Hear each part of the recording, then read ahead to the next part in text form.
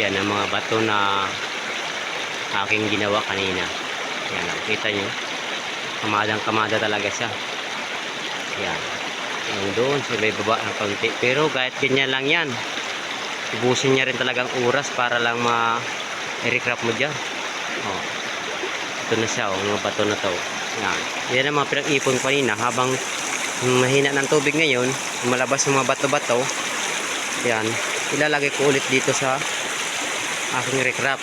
Yan, iniipon-ipon ko siya. Tulad na sa unahan na yun, may bato pa yun, oh.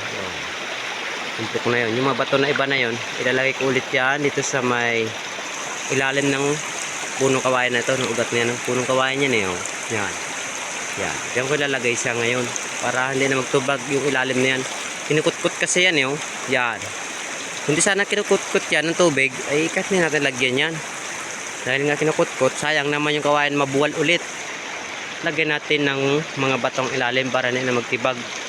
Kung pwede pang palpalan yung ilalim, lagyan natin ng palpal na kawayan at mabuhay na rin siya. Maganda, mabuhay na rin yung mga kawayan. May dagdag depensa sa mga lupa na yan. Kasi sayang na yung lupa na ito, natitibag lang.